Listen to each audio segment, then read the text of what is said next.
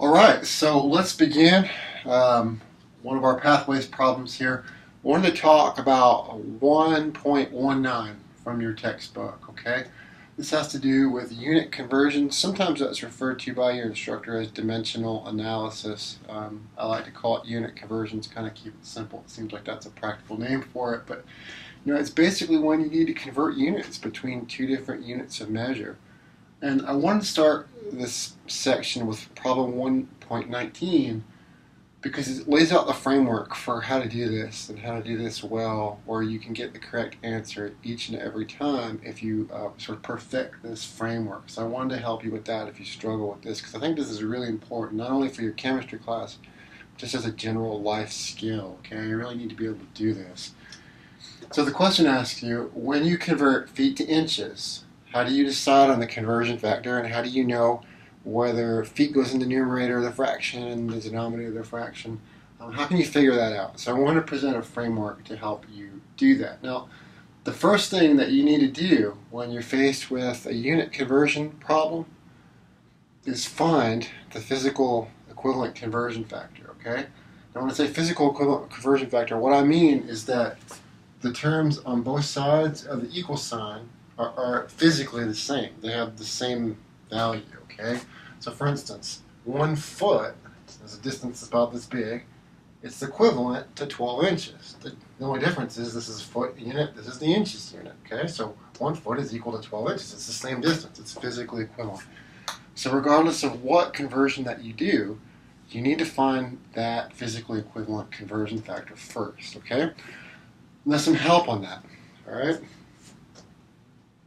For homework problems for your exams, oftentimes, in my experience, conversions between metric and English systems of measurement, the conversion factors are oftentimes given. Somewhere on the exam, maybe it's on the information sheet, maybe you can sort of click on something and look it up on the online homework, but oftentimes those metric to English conversions are given.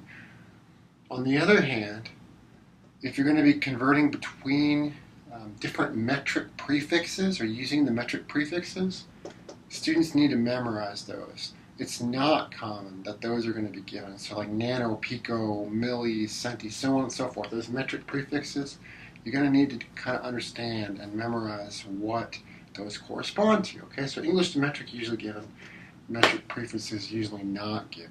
Okay, so I just want to give that to you so that you know what you need to memorize and spend some time on, right? All right, so let's just kind of dive into this and try to see how a sample problem might work within the framework of how to do this conversion and how it always works. So I'm just going to make up a number. I'm going to say that I want to convert, and I'll use foot instead of the plural feet, right? So I want to convert a 5-foot distance into inches. I want to figure out how many inches are in 5 feet. Now, how do I do that? Well, I've completed my step number 1. I've looked up my conversion factor. Now, when I'm going to do a conversion,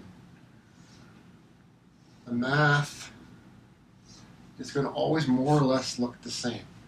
I'm going to start with the number that I know. What I know, here it's 5 feet. It's the number you're going to convert away from. You write that on your piece of paper first, just like I wrote my 5 foot. You're going to multiply that number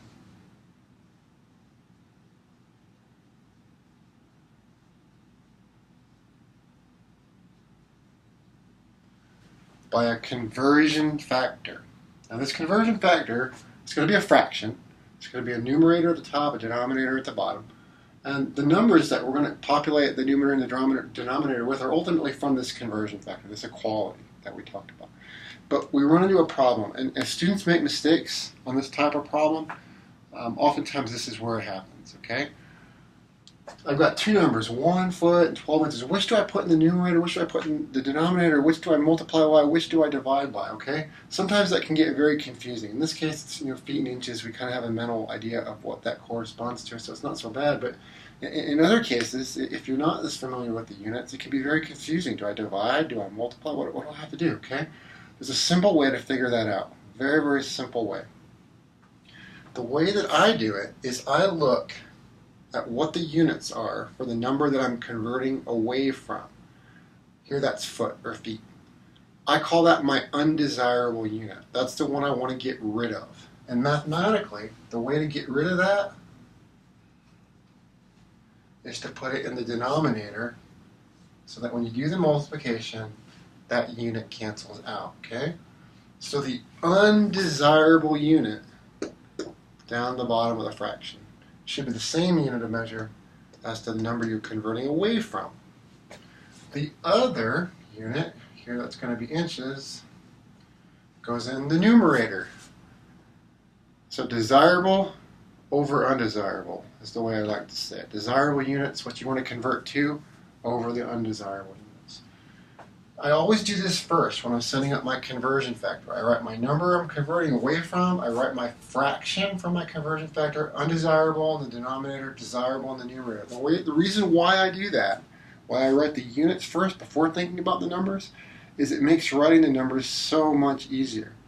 Because now all I need to do is go back to this fraction and write the numbers in as necessary to make this fraction physically equivalent, or essentially equal to 1 physically, right? Not necessarily numerically, but physically equivalent. So what I mean by that is I know from my conversion factor that 12 inches is physically equivalent to 1 foot. So I write the 12 with the inches, the 1 with the foot, just like from my conversion factor up here. My units cancel. When I do the math, I'm left with my desirable units, which is going to be the inches. And now that I know to get the correct answer, I need to take my initial input information, my 5 feet, that was the distance I want to convert away from, and I need to multiply it by 12. And of course, when I do that,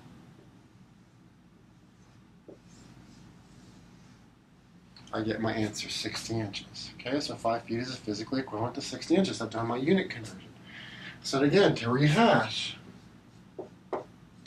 take the number we know, want to convert away from,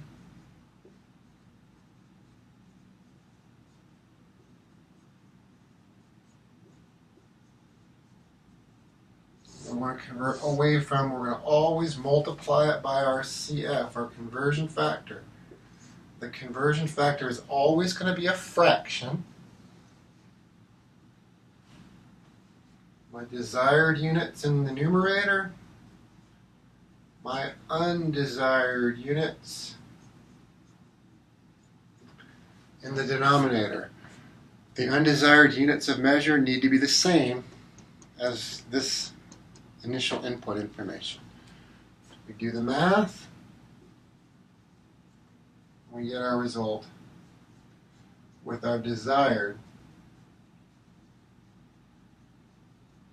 units of measure. And we're done. The reason why I like to go through and produce videos like this or teach this conversion business this way is because it's simple and it will not ever fail you if you do it correctly. It's simple and it's never going to fail you. So it's easy to remember, desired over undesirable. It makes perfect sense. You can almost see it visually. And again, if you're disciplined with doing your conversions like this, it's not gonna fail you. It's not gonna confuse you. It's pretty straightforward. And then you never have to get one of these questions wrong on your homework or on an exam ever again if you can employ this framework. All right, and that's what we're shooting for. So I like to keep it simple, and this is what I encourage you to do.